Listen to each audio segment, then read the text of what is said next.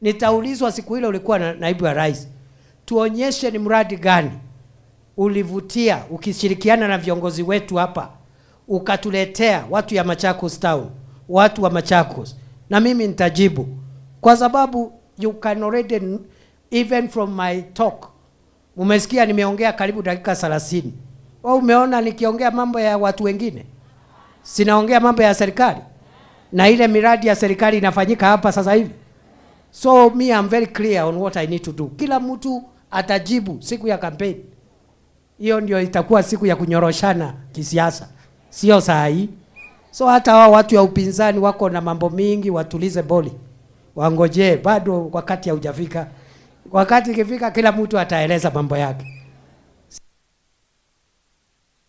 mwenyewe, si kila mtu atatoa account yake mwenyewe.